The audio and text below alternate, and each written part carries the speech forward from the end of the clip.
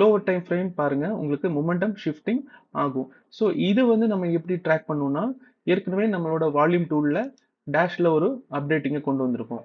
So இது வந்து நம்ம எதை கன்சிடர் பண்ணோம்னா எப்போ வந்து வால்யூம் வந்து 1.8க்கு எபோ உங்களுக்கு க்ளோஸ் வைக்குதுன்றது.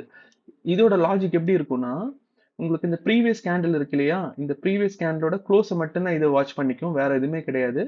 இந்த ஒவ்வொரு கேண்டில் மீன்ஸ் இந்த ப்ரீவியஸ் கேண்டிலோட க்ளோஸ்ல வந்து வால்யூம் வந்து எந்த அளவுக்கு பிஹேவ் பண்ணுது, எய்தர் அப் சைடு ஆகட்டும் டவுன் சைடு ஆகட்டும், இந்த க்ளோஸ் கிட்ட வரும்போது இந்த வால்யூம் எந்த அளவுக்கு பிஹேவ் பண்றதுன்றது மட்டும்தான் இது வந்து உங்களுக்கு டிக்டேட் பண்ணிக்கும். ஸோ எப்போ வந்து 1.8 எபோ இருக்கும்போது இப்போ இங்க பாருங்க உங்களுக்கு C25 கேண்டில், இந்த C25 கேண்டில் வந்து நம்மளுக்கு 2.8x இங்க காமிச்சிருக்காங்க. இப்போ C26க்கு ஷிஃப்ட் ஆயிருக்கு இல்லையா, 2.8x காமிச்சிருக்கு. So 26th candle. Okay, இங்க பாருங்க உங்களுக்கு C26th கேண்டில் வந்து இங்க 2.8x வந்திருக்கு.